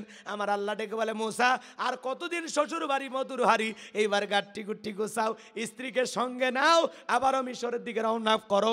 আল্লাহ পাকের অর্ডার পাইয়া আল্লাহ নবী মুসা আলাইহিস সালাম এইবার তুর পর্বতে গেলেন।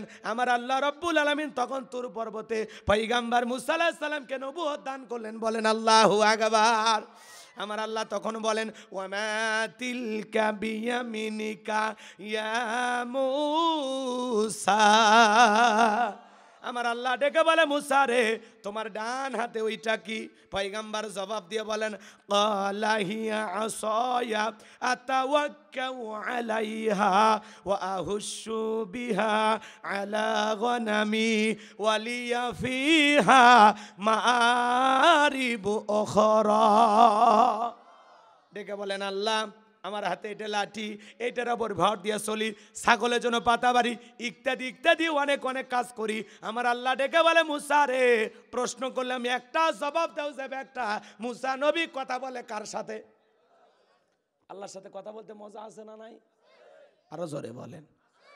যুবক, একটা মেয়ে যদি ভুল করে তোমার রং নাম্বারে মিস কল দেয়, 17টা সিম কার্ড পরিবর্তন করে হলে ওই মেয়েরে কল দেয়, মেয়েটা ডেকে বলে ভাইয়া সরি আমার ভুল হয়ে গেছে। কই ভুল করলি কেন? নিবানো আগুন কেন জ্বালাইলি? এখন ভালোবাসা দিবি কি না বল। আছে না নাই? একটা মহিলার কণ্ঠ বলে তুমি আমি পাগল হয়ে যায়, আর মুসা নবী কথা বলে কার সাথে? কুড়িগ্রামের এক মহিলা রাত 3:30টার দিকে আমারে কল দিয়ে বলে হ্যালো তুমি কে সোহেল? আমি বললাম না আমি একটা হুজুর মানুষ। ঢলে গেলে আফসোস করবা। ও কি তাহাজ্জুদ পড়ার জন্য ডাকতেছে? আছে না নাই? যুবক আছে, আছে যুবক আছে না? এই দেখা এ যুবক তোমরা বেঁচে আছো না মরে গেছো? আছে না না যুবক? মহিলার ফোন পেলে এরা পাগল হয়ে যায়। কষ্ট হচ্ছে? তুমি যারা লাগিয়া এমবি ভরো তার তো বাটন ফোন। তুমি যারা লাগিয়া এমবি ভরো তার তো বাটন ফোন। কথা কয় না কে? বলবো বলবো? কষ্ট হবে? ওরে কেমন করে বুঝবে রে সে, কেমন করে বুঝবে রে সে ডিজিটাল তোর মন। তুমি যারা লাগিয়া এমবি ভরো তার তো বাটন ফোন। মেসেজ দিলে সেন্ড করে না, দেয় না তো রিপ্লাই। ভিডিও কলে বলবা কথা, ক্যামেরা তার নাই রে, ক্যামেরা তার নাই। না এটা বলবে না, রাগ করছে। আছে আছে একটু আওয়াজ দে বাবা। আছে আছে। মেসেজ দিলে সেন্ড করে না, দেয় না তো রিপ্লাই। ভিডিও কলে বলবা কথা, ক্যামেরা তার নাই রে, ক্যামেরা তার নাই। ডিজিটাল এই যুগ জামানাই, ডিজিটাল এই যুগ জামানাই, ইয়া না লোক তার মন। তুমি যার লাগিয়া এমবি ভরো তার তো বাটন ফোন। প্রেম প্রীতি ভালোবাসা বিয়ের আগে নয়, মনের মধ্যে রাখো তুমি আল্লাহ তাআলার ভয় রে, পরকালের ভয়। কি গানের মধ্যে শিক্ষা আছে না? কথা কয় না কেন? প্রেম প্রীতি ভালোবাসা বিয়ের আগে নয়, মনের মধ্যে রাখো তুমি পরকালের ভয় রে, আল্লাহ তাআলার ভয়। তবে তুমি মুক্তি পাবা, তবে তুমি মুক্তি পাবা দোজখের আগুন। তুমি যার লাগিয়া এমবি ভরো তার তো বাটন ফোন। মনে থাকবে? এই বিয়ের আগে অবৈধ প্রেম ভালোবাসা করা যাবে? পিতা মাতা পছন্দ করে বিয়ে দেবে যেখানে বরকত আছে। একা একা মাতদারি করে বিয়ে কইরো না। যুবক, বিয়ের আগে অবৈধ প্রেম ভালোবাসা করা জায়েজ না হারাম? কথা কয় না কেন? 20 বছর বাচ্চার বয়স এই ছেলেটার, 20 বছর। বাপু কাছে বলে আব্বা উত্তরপাড়া লাকিকে পছন্দ করেছি, রাজি থাকলে 1 চাপুন, না হলে 2 চাপুন। আছে না? পিতা মাতার অবাধ্য। এই পিতা মাতার অবাধ্য হইয়া নিজে মাতবাড়ি করে বিয়ে করলে তোর এই সংসার টিকবে না, জীবনে সুখী হতে পারবি না। তোর ভালোবাসা জানলা ভেঙে ফেলে যাবে। কথা কয় না কেন? ঘর বাড়ির জানালা ভেঙে ফেলে যাবে। কিসের ভালোবাসা? এই বিয়ের পরে হালাল স্ত্রীর সাথে ভালোবাসা। কথা কয় না কেন? যে মেয়ের সাথে 3-4 বছর প্রেম করে বিয়ে করবি, ওই তোর উঠতে বসতে তোর ঝাড়ি মারবে। কথা কয় না কেন? আর যে মেয়ে অপরিচিত জীবনের প্রথম বাসর ঘরে দেখা হলো, তার ভালোবাসায় আলাদা। বোঝে না, সব বুঝার লেগে ওদিকে আর যাবো না, কষ্ট হয়। আর বিয়ের আগে প্রেম করে সব শেষ। গাছতলা, বটতলা, পার্কের সিপে গলি। কথা কন না কেন? এমন প্রেম যুবকেরা করে, প্রেম এত বেশি হয়, প্রেমের ঠেলায় ছেলে বাড়ির তালা মেলে ভেগে যায়, আর মেয়ে বিয়ের বাড়িতে, মানে ওই ছেলের বাড়িতে বিয়ের দাবিতে অনশন ধর্মঘাট পালন করে। এলাকার মুরব্বী সেরা জিজ্ঞাসা করে, মুরব্বীরা আসে, কে মা বাড়ি কই? কয় বাগেরা। তো তুমি পুকুরে ধনুট, কারণ কি? কয় এই ধনুটের ওই যে উত্তর পাড়ার এই গ্রামের নাম কি? পাঁচথুপি গ্রামের ওই যে উত্তর পাড়া বাদশা, ও 3 মাস ধইরা আমার সাথে প্রেম করছে। প্রেম কইরা বিবাহের প্রলোভন দেখায় একাধিকবার, যার ফলে আমার পেটে এখন 3 মাস। আছে না নাই? শোনেন, হালালের বরকত বেশি। হালাল সম্পর্ক প্রকাশ করা যায়, অবৈধ সম্পর্ক প্রকাশ করা যায় না। আমি আপনাদেরকে বুঝাতে পারবো না, কষ্ট হবে, রাত বেশি হোক, ওইদিকে আর না যাই। কষ্ট হচ্ছে? আচ্ছা শোনেন শোনেন, কোন স্ত্রী যদি গর্ভবতী হয়, স্বামীকে যদি এসে বলে, ও গো জানো কি, কয় আমি না মা হতে চলেছি, স্বামী তখন বলবে আলহামদুলিল্লাহ। তুমি কি শুনাইলা, তুমি মা হবা, আমি বাবা হব, এই আনন্দ রাখবো কোথায়? আল্লাহ আকবার কন। বউকে কোলত নিয়ে আনন্দের ঠেলায় নাচে নাচে ঘরের ভিতর, মানুষ দেখে না। কথা কন ঠিক কিনা? ঘর থেকে বের হয়ে মাকে ডাক দেয়, মা টেনশন করো না, কয়েকদিন পর তোমাদের সাথে খেলাধুলা করার জিনিস আসিতেছে। তার মানে কি, তুমি দাদা হবে, তুমি দাদি হবে। কথা কন ঠিক কিনা? আব্বা মায়ের কাছে কথাটা শেয়ার করা যায়, গোপন রাখা লাগে না। কথা কন। সাথে সাথে শ্বশুর বাড়ির ফোন, হ্যালো আম্মা জান, আসসালামু আলাইকুম, আমি আপনার জামাই বল্টু। কথা কয় না কে? আপনি জানেন আপনার মেয়ে এখন গর্ভবতী, ঘটনা তো ঘটে গেছে, টেনশন নাই, কয়েকদিন পর আপনারা নানা নানি হবেন। ফেসবুকে পর্যন্ত স্ট্যাটাস মারে দেয়, আলহামদুলিল্লাহ আজকে বিবির মুখে খুশির সংবাদ শুনলাম, ওয়াসিরে বাবা হব ইনশাআল্লাহ। কথা কয় না। এত আনন্দ, মিষ্টি বিতরণ করে, বন্ধু বান্ধব হোটেলে গেলে কয় দোস্ত আর সব খাওয়ার বিলে আমি দেবো। কে রে ভাই এত খুশি? কয় খুশি হবো না, কয়েকদিন পর আব্বা হবো আব্বা। কথা কন। তার মানে কি, হালালের আনন্দটাই আলাদা। হালাল হালাল বৈধ সম্পর্ক, আমার স্ত্রী গর্ভবতী, এটা আমি দুনিয়ার মানুষকে বলতে পারবো, আমি কয়েকদিন পর বাবা হব, এই আনন্দের কথা আমি সবাইকে বলতে পারবো। কিন্তু কোন প্রেমিকা এসে যদি প্রেমিককে বলে, ওগো সলিমউদ্দিন আমি না মা হতে চলেছি, তখন প্রেমিক কি খুশি? পকেট থেকে 10-20 হাজার টাকা ধর, এটা ময়লা সাফ কর। কিসের আগাছা? বিয়ে হয়নি তো বাচ্চা তোর কে নিবি? কথা কন না কেন? তার মানে অবৈধ। শোনেন, প্রেমিকার গর্ভে প্রেমিকের সন্তান, এটা সমাজের মানুষ জানলে ইজ্জত থাকে, মুখ দেখানো যাবে। তার মানে কি, হারামের মজা ওয়ান টাইম, ক্ষণিকের সুখ তোমাকে আমাকে দুঃখের সাগরে ডুবায়, এই ক্ষণিকের পাপ তোমাকে আমাকে জাহান্নামে নিয়ে যাবে। কথা বলে ঠিক কিনা? এই জন্য যুবক, বিয়ের আগে অবৈধ কোনো প্রেম ভালোবাসা করা যাবে না। বিয়ে করে বৈধ তরিকায় বিবিকে ভালোবাসো, বলা যাবে, বাবা হলে দোষ নাই। কথা কয় না? এই যে কয়েকদিন আগে তো বাংলাদেশের এক জায়গায় বিয়ে হয়েছে, আজকে বিয়ে করছে, বাসর হয়ে গেছে, পরের দিন সকালবেলায় মেয়ে একটু মাথা ঘুরছে, তারপরে ডাক্তার নিয়ে এসে পরীক্ষা নিরীক্ষা করে দেখে মেয়ের 5 মাস। ছেলে পাগলা হয়ে গেছে, কে রে একদিন বাসর হলো বইয়ের সাথে 5 মাস কেমনে? ডিজিটাল যুগ জামানা হতেও পারে। পরে ওই বউ তালাক দিছে। কথা কন ঠিক কিনা? এরকম ঘটনা ঘটতেছে কিনা? তার মানে এগুলো অবৈধ প্রেম ভালোবাসা করা যাবে।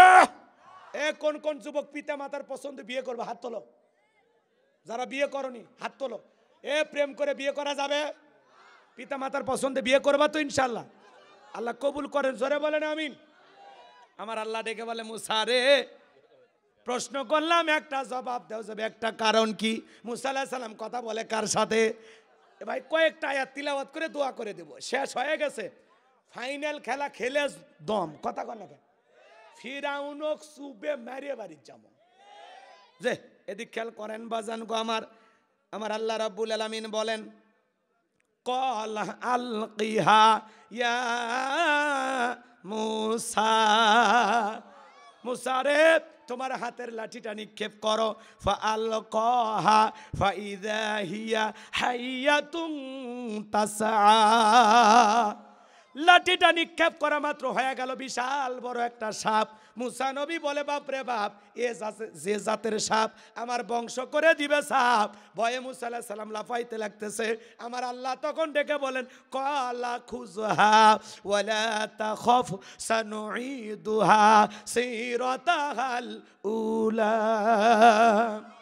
আমার আল্লাহ ডেকে বলে মুসা ভয় পাওয়ার কোনো কারণ নাই, আমি আল্লাহ লাঠিকে সাপ বানাইছি, আবার ওই সাপের দিকে হাত বাড়াও, পূর্বের মতো লাঠি বানায় দিব, বলুন সুবহানাল্লাহ। এইবার পয়গাম্বার যখন ভয়ে ভয়ে ধরতে গেছে, ধরা মাত্র আবার কি হয়েছে, আবার কি হয়েছে, এরপরে আল্লাহ বলেন ওয়াদহুম ইয়াদাকা ইলা জানাহিকা তাখরুজ বাইদা আমিন গায়রি সুইন আয়াতান উখরা লিনুরিয়াকা মিন আয়াতিনাল কুবরা। আমার আল্লাহ ডেকে বলে পয়গাম্বার তোমার ডান হাতটা বগল নিচে ঢোকাও, ওখান থেকে বের করো, কোন দোষ ছাড়া ধবধবে উজ্জ্বল সাদা চমৎকার দেখাবো। এই যে কুদরতের দুইটা নিদর্শন দান করলাম, দুইটা মজেজা দান করলাম, লাঠি ফেলালে সাপ হয়, আর বগল নিচে থেকে হাত বের করলে ঝলমলে আলো দেয়। আল্লাহু আকবার কোন। এবার তোমার দায়িত্ব হলো ইযহাব ইলা ফিরআউনা ইন্নাহু তাগা। ওই ফিরাউন সীমা লঙ্ঘন করেছে, যাও মুসা যাও ফিরাউনের নিকট যাও, ফিরাউনকে দাওয়াত দাও, ফিরাউনকে বলো ফিরাউন রে তোর বানানো আইন দিয়ে আর মিশর চলবে না, এখন থেকে মিশর পরিচালনা হবে আল্লাহর আইন দিয়া। কথা কয় না, রাগ করেছেন মনে হয়? গভীর মনোযোগ দিয়ে কথাগুলো শোনেন, মনের মধ্যে দুঃখ নেবেন না, কষ্ট নেবেন না। মুসা আলাইহিস সালাম ডেকে বলে আল্লাহ আপনি কি ভুলে গেছেন আমি ফিরাউনের দরবারে মার্ডার কেসের আসামি, গেলেই তো ফাঁসি দিয়ে মারবে। আমার আল্লাহ ডেকে বলে মুসা ভয় পাওয়ার কোনো কারণ নাই, আমি আল্লাহ যার সাথে আছি, কোনো জালেম তাকে ফাঁসি দিয়ে মারতে পারবে না, আগুনে পুড়ায় মারতে পারবে না, পানিতে ডুবায় মারতে পারবে না, হাজারো দিন রিমান্ডে নিয়েও ওরা মুমিনের মুখের হাসি কেড়ে নিতে পারবে না। চিৎকার মেরে বলুন আল্লাহু আকবার। আরো জোরে বলেন, ভালো করে বোঝেন। এইবার মুসা আলাইহিস সালাম ডেকে বলে আল্লাহ যেতেই হবে। আমার আল্লাহ বলে অবশ্যই নবী বানাইছি, তোমাকে যাইতেই হবে। ফিরাউন এত বড় কাফের হলেও তাকেও দাওয়াত দেওয়া লাগবে, এটা তোমার দায়িত্ব। আল্লাহু আকবার বলে। পয়গাম্বার ডেকে বলে আল্লাহ একটু দোয়া করি। পয়গাম্বার তখন দোয়া করলেন ক্বালা রাব্বি ইশরাহ লি সাদরি ওয়া ইয়াসসির লি আমরি ওয়াহলুল উকদাতাম মিন লিসানি ইয়াফকাহু কওলি ওয়াজআলনি ওয়াজিরাম মিন আহলি হারুন আখি। ডেকে বলেন আল্লাহ আমার বক্ষকে প্রশস্ত করে দাও, আমার কাজকে সহজ করে দাও, আমার জিহ্বার জড়তাকে দূর করে দাও, যাতে সহজে লোকজন আমার কথা বুঝতে পারে। আর আমার পরিবারের মধ্য থেকে আমার ভাই হারুনকেও আপনি নবী বানায় দেন, বলেন আল্লাহু আকবার। আমার আল্লাহ বলে যাও দোয়া মঞ্জুর, তোমার ভাই হারুনকেও আমি আল্লাহ পাক নবী বানায় দিলাম, বলেন সুবহানাল্লাহ। এইবার পয়গম্বর মুসা আলাইহিস সালাম তার ভাই হারুন আলাইহিস সালামকে সঙ্গে নিয়ে ফিরাউনের দরবারে চলে আসলেন এবং ফিরাউনকে তখন দাওয়াত দিলেন। ওয়াকালা মুসা ইয়া ফিরআউনু ইন্নী রাসূলুম মির রাব্বিল আলামিন। মুসা আলাইহিস সালাম ডেকে বলেন হে ফিরাউন আমি বিশ্বের রবের পাঠানো একজন রসুল। আল্লাহু আকবার বলেন। লম্বা ইতিহাস সংক্ষিপ্ত করে বলে দিয়ে যায়, শোনেন। মুসা আলাইহিস সালাম তখন ডেকে বলে আমি আল্লাহর সম্বন্ধে সত্য ছাড়া অন্য কিছু বলবো না। আমি পুরো ঘটনাটা বললে 130-40টা আয়াত তিলাওয়াত করা লাগবে, আরো 2 ঘন্টার বেশি সময় লাগবে, ওই দিকে আর না যায়, সংক্ষিপ্ত বলে দিয়ে যায়। শোনেন, যে কষ্ট হচ্ছে আপনাদের, শোনেন বাজান গো আমার। এইবার মুসা আলাইহিস সালাম ডেকে বলে ফিরাউন আমি আল্লাহর সম্বন্ধে সত্য ছাড়া অন্য কিছু বলবো না, বিদায় বনি ইসরাইলদেরকে মুক্ত করে আমার সাথে যেতে দাও। তখন বাজান গো আমার ফিরাউন যা বলেছিল আমার আল্লাহ বলেন ক্বালা ইন কুনতা জিইতা বিআয়াতিন ফাআতি বিহা ইন কুনতা মিনাস সাদিকিন।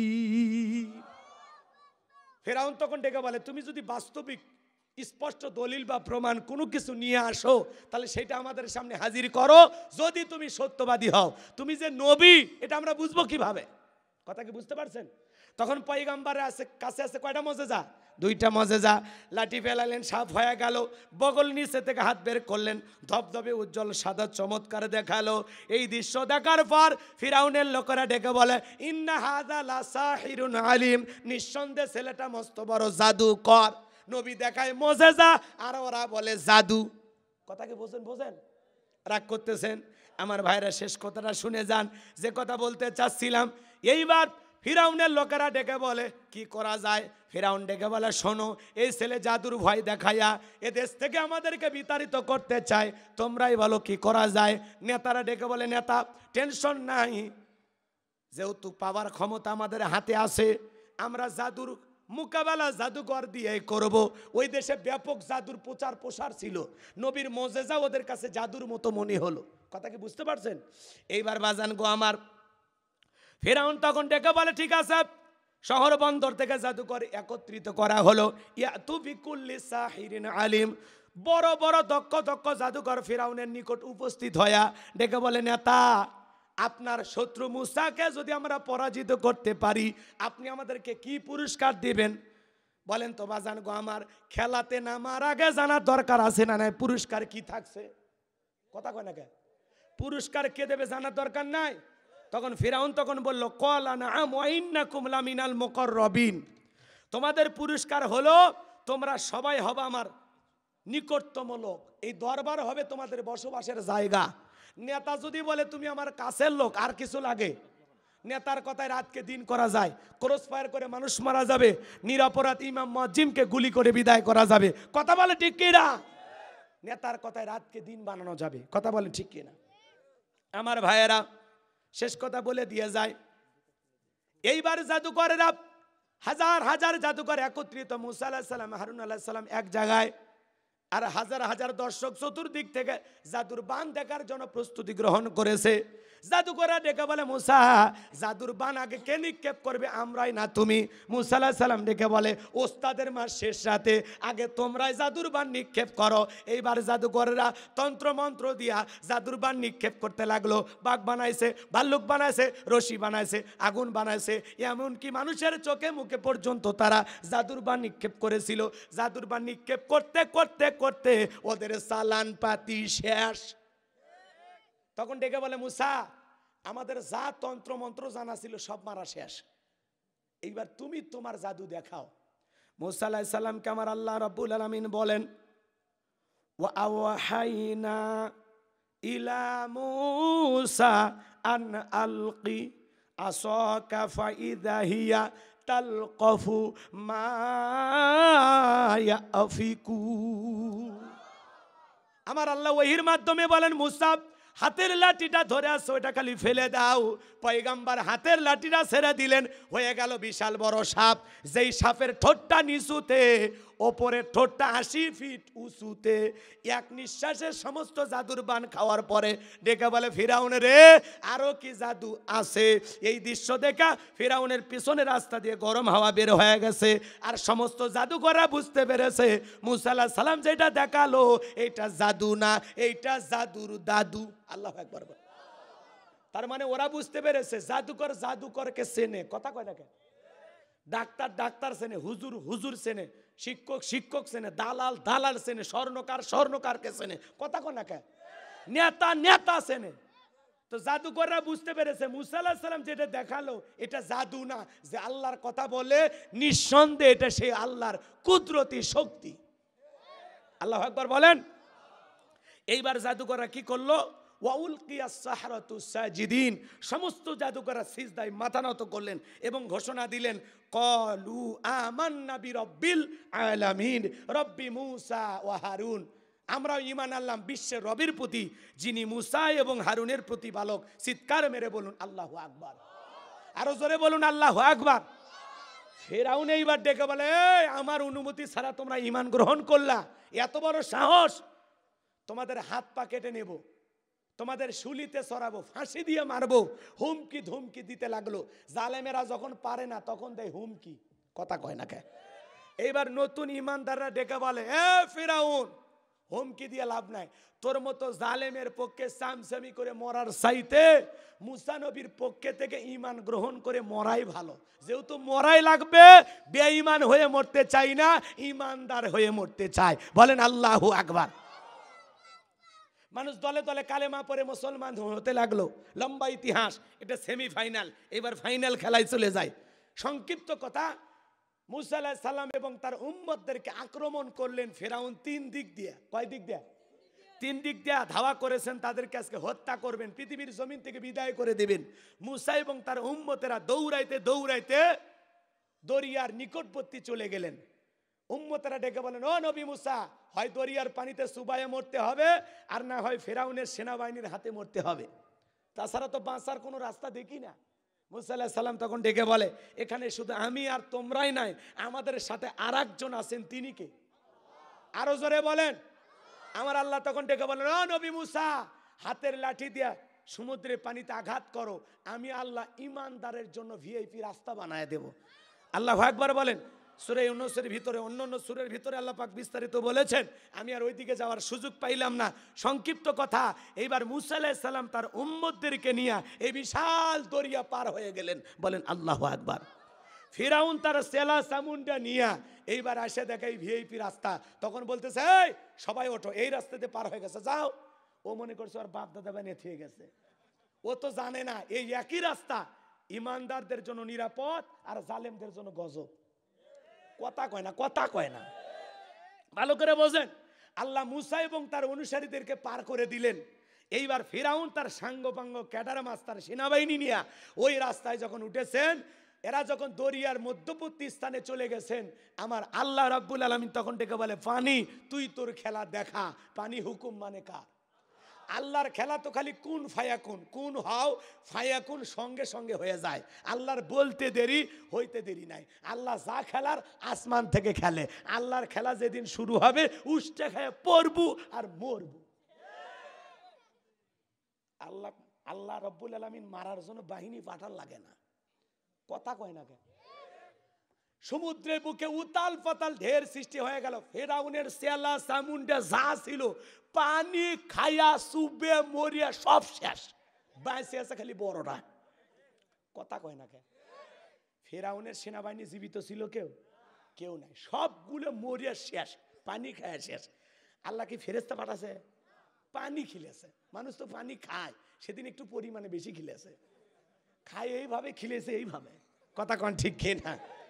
এইবার বড় নেতা দেখেন, ফেরাউন মরার আগে কি নাটক করে। জালেমেরা কিন্তু নাটক জানে খুব, কথা কয় না। দেখেন মরার আগে কি বলে জানেন? আল্লাহকে ডেকে বলেন, কলা আমানতু আন্নাহু লা ইলাহা ইল্লাল্লাযী আমানাত বিহি বানু ইসরাঈলা ওয়া আনা মিনাল মুসলিমিন। ডেকে বলে, আল্লাহ আমি ঈমান আনলাম, তুমি ছাড়া কোনো মাবুদ নাই। বনি ইসরায়েল যে আল্লাহর প্রতি ঈমান এনেছে, আমিও সে আল্লাহর প্রতি ঈমান আনলাম। ওয়ান আমিনাল মুসলিমিন, আল্লাহ আমি মুসলমান হয়ে গেছি, আর সুবাইও না। কথা বোঝেননি? ফেরাউন পানি খাইতেছে আর কি ঘোষণা দিছে? ওয়ান আমিনাল মুসলিমিন, আল্লাহ আমি মুসলমান হয়ে গেছি, আমি আত্মসমর্পণ করলাম, তুমি একমাত্র রব। আল্লাহ গো, এতদিন আমি নকল খোদার দাবি করছি। কথা কয় না কে? মরার আগে বলে কি? ওয়ানা মিনাল মুসলিমিন, আল্লাহ আমি মুসলমান হয়ে গেছি। আর আপনারাই বলেন, ফিরাউন যদি ওই সময় মুসলমান হয়, আপনার আমার মুসলমান হয়ে দাম আছে? কথা কন না কেন? কিন্তু আমার আল্লাহ ওর ঈমান গ্রহণ করেছিল, ওর ঈমানকে কবুল করেছিল? করে না। আল্লাহ পরের আয়াতে কি সুন্দর করে জবাব দিয়ে বলেন, আল আনা ওয়াকাদ আসাইতা ক্বাবলু ওয়া কুনতা মিনাল মুফসিদিন। আমার আল্লাহ ডেকে বলে, এখন ঈমান আনছো, এখন। এর আগে কি করেছো? নাফরমানি করেছো, সীমা লঙ্ঘন করেছো, বিশৃঙ্খলা সৃষ্টি করেছো, ক্ষমতার দাপটে 40 বছর শিক্ষা ব্যবস্থা বন্ধ করে রেখেছো, ঘরে ঘরে তোমার তৈরি করা মূর্তি ঢোকায়া দিয়েছো, ঘরের বিবিটা আমি আল্লাহকে রব বলে মেনেছিল, নির্যাতন জুলুম করে বিদায় করে দিয়েছো, তোমার বাড়ি দাসীকে গরম তেলে চুবাইয়া মারছো, আজকে মুসা এবং তার উম্মতদেরকে মারার জন্য ধাওয়া করেছো, বিদায় তোর পাপের 16 কলা পূর্ণ হয়ে গেছে। ফিরাউন রে, আজকে তোকে ছাড় দেওয়া যাবে না, তবে মরার আগে শোন, আমি আল্লাহ তোর লাশটা দুনিয়াতে রেখে দেব। কথা কয় না? মরার আগে শোন, আমি আল্লাহ তোর লাশটা রেখে দেব। পৃথিবীবাসীর জন্য এটা শিক্ষা, ইতিহাসের পাতায় তোর নামটা লেখা থাকবে। কথা কেন কেন? পৃথিবীবাসী জানবে তোর মতো একজন স্বৈরাচারী জালেম পৃথিবীর জমিনে এসেছিল। কথা বলেন ঠিক কিনা? সেদিন ফিরাউনকে পানি খাওয়া সুপায়া সুপায়া যে আল্লাহ রাব্বুল আলামিন বিদায় করেছিলেন, সে আল্লাহ আজও আছে না নাই? মিশরের জাদুঘরে এখনো ফিরাউনের সুটকি আছে না নাই? ওটা তো ফিরাউনের লাশ না, ওটা ফিরাউনের সুটকি। এত দিনে থাকে থাকে সুকে সুটকি হয়ে গেছে। কথা কি বুঝছেন? এখন মিশরের জাদুঘরে মুসলমানেরা যায়, মুসা প্রেমিকেরা যায়, পায়ের জুতে খুলে মারে, কয় এই সেই ফেরাউন মার জুতা, এই সেই ফেরাউন মার জুতা। 50,000 1 লাখ টাকা দামের জুতা ফিরাউনের সুটকি দেখে মারে। তাহলে চিন্তা করেন, সুটকি ফিরাউনক যদি জুতা মারে, জেতা ফিরাউনক পাইলে ওর চামড়া দিয়ে ডুগডুগি বাজাইতো। কথা বলেন ঠিক কিনা? যে আল্লাহ ফেরাউনকে বিদায় করেছিলেন পানি খাওয়াইয়া, নমরুদকে বিদায় করেছিলেন জুতার বাড়ি খাওয়াইয়া, ল্যাংরা মশার কামড় খাওয়াইয়া, আবু জেলকে বিদায় করেছিলেন 11 বছর আর 13 বছরের বালক দিয়া। মনে রাখবেন, নমরুদ ফিরাউন জালেম পৃথিবীতে টিকতে পারে নাই। আজকেও যারা মুসলমানের রক্ত নিয়ে খেলা করে, নেতানিয়াহু হোক আর জো বাইডেন হোক, পৃথিবীর জমিনে যারাই নমরুদ ফিরাউনের ভূমিকা পালন করবে, ওই জালেমদের শেষ পরিণতি হবে পরাজয়, মুসলমানদের হবে বিজয়। সেই বিজয়ের হাসি মুসলমানেরাই হাসবে ইনশাআল্লাহ। ইনশাআল্লাহ। তাকবীর, নারায়ে তাকবীর। আল কোরআনের আলো, সংসদের জালো, নারায়ে তাকবীর। শোনেন, শেষ কথা, সর্বশেষ একটা উদাহরণ দেই। আচ্ছা, এটার নাম কি? জোরে কোন। এটা জিহুব্বা। কথা কয় না কেন? এই দাঁতের ফাঁকে কোনো জায়গায় যদি ময়লা আটকে থাকে, ছোলা বুটের ছোবলা হোক আর গোস্ত হোক, এই জিহুব্বা বারবার ওই জায়গায় নক করে, নক করে দাঁতকে বিপদ মুক্ত করে। কথা কন ঠিক কিনা? কিন্তু এই বেঈমানরা, ওরা নির্যাতন জুলুম যতই করুক, ওদের পাওয়ার ক্ষমতার যতই গরম থাক, মনে রাখবেন জালেমদের শেষ পরিণতি হলো পরাজয়, আর মুসলমানদের হলো শেষ পরিণতি বিজয়। শেষ বিজয়ের হাসি আমরাই হাসবো ইনশাআল্লাহ। সেই বিজয় আনতে যদি কখনো ডাক আসে, মাথায় কাপনের কাপড় বেঁধে, বিবির কাছ থেকে বিদায় নিয়ে, সন্তানদের কাছ থেকে বিদায় নিয়ে আল্লাহর জমিনে আল্লাহর দ্বীনকে প্রতিষ্ঠিত করতে গিয়ে কারা কারা নিজের জীবনের সবটুকু দিতে রাজি, দুই হাত তুলে আল্লাহকে দেখান। লিল্লাহে তাকবীর, লিল্লাহে তাকবীর। আল্লাহ রাব্বুল আলামিন আমাদের এই জীবনটাকে আল্লাহর জমিনে দ্বীনকে প্রতিষ্ঠিত করার জন্য কবুল করুন। জোরে বলুন আমিন। আমাদের জীবনকে আল্লাহ শহীদ হিসেবে কবুল করুন। জোরে বলুন আমিন। আল্লাহ আমাদের শহীদের মৃত্যু দান করুন। জোরে বলুন আমিন। আল্লাহ পাক আমাদের সবাইকে এই জামানার ইসলামী আন্দোলনের কর্মী, দ্বীনের বীর সৈনিক হিসেবে কবুল করুন। জোরে বলুন আমিন। প্রত্যেকটা মুসলমানকে একজন মুজাহিদ হওয়া লাগবে। কথা কন না কে? ভয় পেলে চলবে না, জালেমের সাথে আপোষ করলে হবে না। মুসলমান কোনোদিন বাতিলের তাবেদারি করতে পারে না। কথা বলে ঠিক কিনা? নিঃশ্বাস থাকবে যতদিন, লড়তে হবে ততদিন। কথা বলে ঠিক কিনা? আল্লাহ বক্তা শ্রোতা সবাইকে হকের পথে কবুল করুন। ওয়া আখিরি দাওয়ানা আনিল হামদুলিল্লাহি রাব্বিল আলামিন। আসসালামু আলাইকুম ওয়া রাহমাতুল্লাহি ওয়া বারাকাতুহু।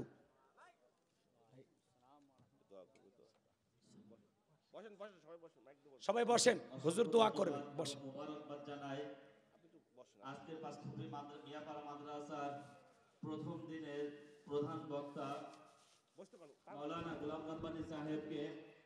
আলহামদুলিল্লাহ, আমরা কেউ উঠবো না।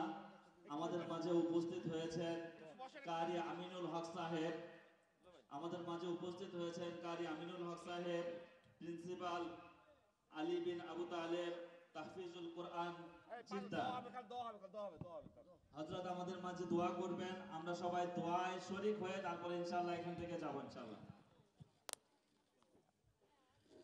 السلام عليكم ورحمة الله وبركاته.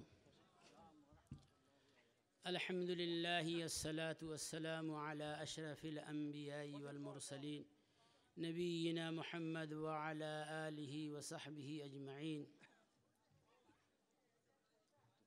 أما بعد، أعوذ بالله من الشيطان الرجيم.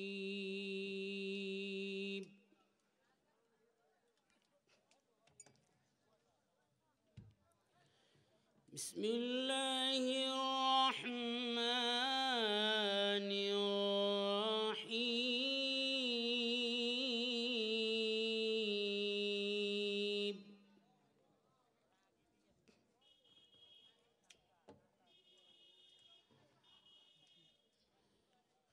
كرام